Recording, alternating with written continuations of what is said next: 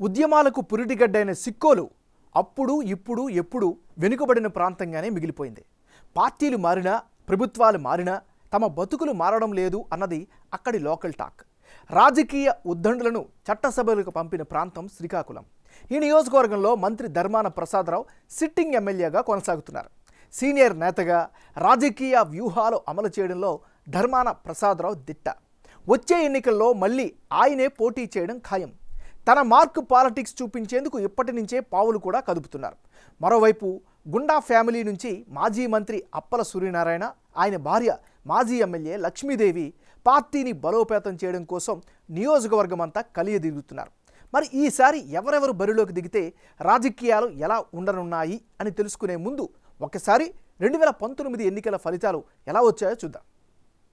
2019 ఎన్నికల్లో శ్రీకాకుళం నియోజకవర్గంలో వైసీపీకి 47%, తెలుగుదేశం పార్టీకి 44%, ఇతరులకు 5%, జనసేనకు 4% ఓట్లు దక్కాయి. అంటే 2019 ఎన్నికల్లో వైసీపీ అభ్యర్థి ధర్మాన ప్రసాదరావు ఏకంగా 47% ఓటు షేర్ సాధించి సిక్కోలులో విజయం సాధించారు. ఆయన పర్సనల్ ఇమేజ్తో పాటు వైసీపీ వేవ్ ఆయనకు బాగా కలిసి వచ్చింది.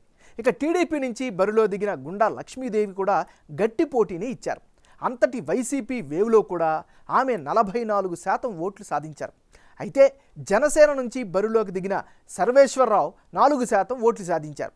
జనసేనాని పవన్ కళ్యాణ్ చరిష్మాతో ఆ ఓట్లు పోలయ్యాయని చెప్పాలి. ఇతరులకు 5% ఓట్లు దక్కాయి. మరి ఈసారి అసెంబ్లీ నియోజకవర్గాల్లో ఏ పార్టీ బలం ఏమిటి, బలహీనత ఏమిటి? టీడీపీ మళ్ళీ బౌన్స్ బ్యాక్ అవుతుందా? ఫ్యాన్ పార్టీ టాప్ స్పీడ్లో తిరుగుతుందా? రాబోయే ఎన్నికల్లో పరుగుకు సిద్ధమవుతున్న రేసు గుర్రాలు ఎవరు అనే దానిపై బిగ్ టీవీ ఎక్స్క్లూజివ్ సర్వేలో నిర్వహించింది. ఇప్పుడు ఆ వివరాలను చూద్దాం.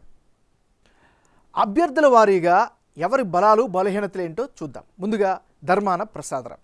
ధర్మాన ప్రసాదరావుకి ఈసారి అనుకూలమైనటువంటి అంశాలేంటి?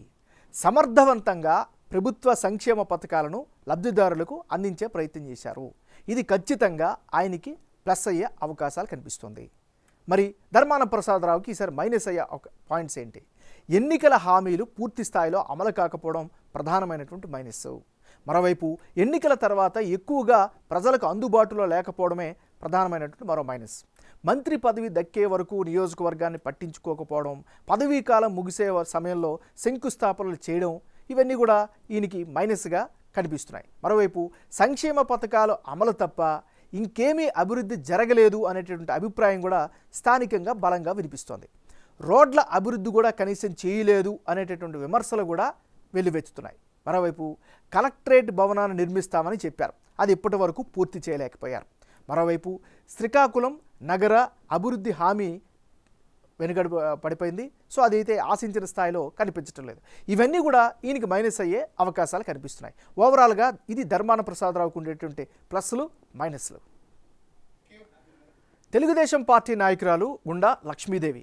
మరి గుండా లక్ష్మీదేవికి ఈసారి అనుకూలంగా ఉండే అంశాలేంటి?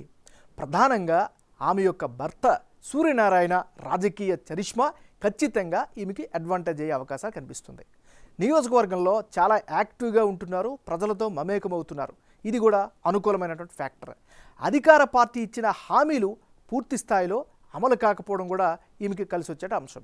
మరోవైపు రీసెంట్గా అంగన్వాడీలు మున్సిపల్ సిబ్బందితో బలమైన మద్దతు కూడా ఆమె కూడగట్టుకోగలిగారు. వీటితో పాటు అన్ని వర్గాల ప్రజలకు నిత్యం అందుబాటులో ఉండడం ఈమెకి ఖచ్చితంగా కలిసి వచ్చేటువంటి అంశం. మరోవైపు ప్రస్తుత ఎమ్మెల్యేపై వ్యతిరేకత కూడా నియోజకవర్గంలో బలంగా కనిపిస్తోంది. ఇవన్నీ కూడా అడ్వాంటేజ్. మరోవైపు శ్రీకాకుళం అనగానే తెలుగుదేశం పార్టీ కేడరు, జనసేనతో ఉన్నటువంటి పొత్తు, ఇవన్నీ కూడా ఈమెకు ఖచ్చితంగా అనుకూలంగా ఉన్నాయి. మరి గుండా లక్ష్మీదేవికి మైనస్ అయ్యేటటువంటి అంశాలు ఏమిటి? గత ఎన్నికల్లో ఓడిపోయారు. సో పార్టీ క్యాడర్లో ఆ నైరాశ్యం అయితే కనిపిస్తోంది. మరోవైపు నియోజకవర్గంలో గ్రూపు తగాదాలు కూడా కనిపిస్తూ ఉన్నాయి. ఇది కూడా ఈమెకి నెగిటివ్ అయ్యే అంశాలు ఉన్నాయి. ఇవి ఈమెకి సంబంధించినటువంటి ప్లస్లు మైనస్లు. శ్రీకాకుళం నియోజకవర్గంలో ఉండే కులాల వారీగా బలాలు ఎలా ఉన్నాయి, వారు పొలిటికల్గా ఇచ్చేటటువంటి మద్దతు ఏంటి ఒకసారి కనుక పరిశీలిస్తే, ఈ నియోజకవర్గం అంటే శ్రీకాకుళం నియోజకవర్గంలో పోలినాటి వెలమ సామాజిక వర్గ ప్రజలు 40% మంది ఉన్నారు. ఇందులో వైసీపీ టీడీపీకి సమానంగా అంటే 45% చొప్పున మద్దతు ఇస్తున్నారు. ఇక మిగిలిన 10% మంది ప్రజలు ఇతరులకు మద్దతు ఇస్తామని బిగ్ టీవీ సర్వేలో తెలిపారు. ధర్మాన ప్రసాదరావు ఇదే సామాజిక వర్గానికి చెందిన నేత కావడంతో పాటు మంత్రివర్గంలో ఉండడంతో ఆయనకు మద్దతు పలుకుతున్నారు. అదే సమయంలో టీడీపీ అభ్యర్థి లక్ష్మీదేవి కూడా ఇదే సామాజిక వర్గ నేత కావడంతో టీడీపీకి కూడా అదే స్థాయిలో మద్దతు లభిస్తోంది. అయితే టీడీపీకి పార్టీకి చెందిన ప్రస్తుత ఎంపీ రామ్మోహన్ నాయుడు కూడా ఇదే సామాజిక వర్గ నేత కావడం ఆ పార్టీకి మరింత కలిసి వచ్చే అవకాశాలున్నాయి.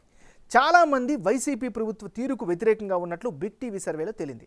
ఇక మత్స్యకార సామాజిక వర్గ ఓటర్లు 17% మంది ఉంటే ఇందులో వైసీపీకి 40% మద్దతు ఇస్తుంటా టీడీపీ జనసేన కూటమికి 55% మంది, ఇతరులకు 5% మంది మద్దతు పలుకుతున్నారు. వైసీపీ మద్దతు ఇచ్చే వారిలో మెజారిటీ ప్రజలు మత్స్యకార నేస్తం లబ్ధిదారులు అనే చెప్పాలి. అయితే ఇదే సామాజిక వర్గంలో టీడీపీ జనసేనకు సంప్రదాయ ఓటర్లు కనిపిస్తున్నారు. టీడీపీ ప్రభుత్వ హయాంలో ఆదరణ పథకం కింద అనేక మంది సబ్సిడీ రేట్లకు బోట్లు కొనుగోలు చేసుకున్నారు. ఇక కాలింగ సామాజిక వర్గంలో ఉన్న 10% ఓటర్లలో మెజారిటీ వర్గం అంటే 50% మంది వైసీపీకి మద్దతు పలుకుతున్నారు. ముఖ్యంగా కళింగ కార్పొరేషన్ ఏర్పాటు చేయడం బాగా కలిసి వచ్చింది అని చెప్పుకోవాలి. ఇక 45% మంది ప్రజలు టీడీపీ కూటమికి జై కొడుతున్నారు. టీడీపీ హయాంలో బీసీ లోన్ పథకం కింద ఉన్న లబ్ధి పొందారు. అయితే వైసీపీ ప్రభుత్వం అధికారంలోకి రాగానే ఈ స్కీమ్ను నిలిపేసింది. దీంతో వారంతా కూడా టీడీపీకి మద్దతు పలుకుతున్నారు. ఇక 9% మంది ఉన్న కళింగ వైశ్యుల్లో వైసీపీకి 45% మద్దతు పలుకుతుంటే 55% మంది టీడీపీ కూటమికి, 5% మంది ఇతరులకు మద్దతు అందిస్తున్నట్టుగా తెలుస్తోంది. నియోజకవర్గంలో 8% ఉన్న ఎస్సీ ఓటర్లలో 55% మంది వైసీపీకి మద్దతు పలుకుతుంటే 40% టీడీపీకి, ఇతరులకు 5% మద్దతు పలుకుతున్నట్లు బిగ్ టీవీ సర్వేలో తేలింది.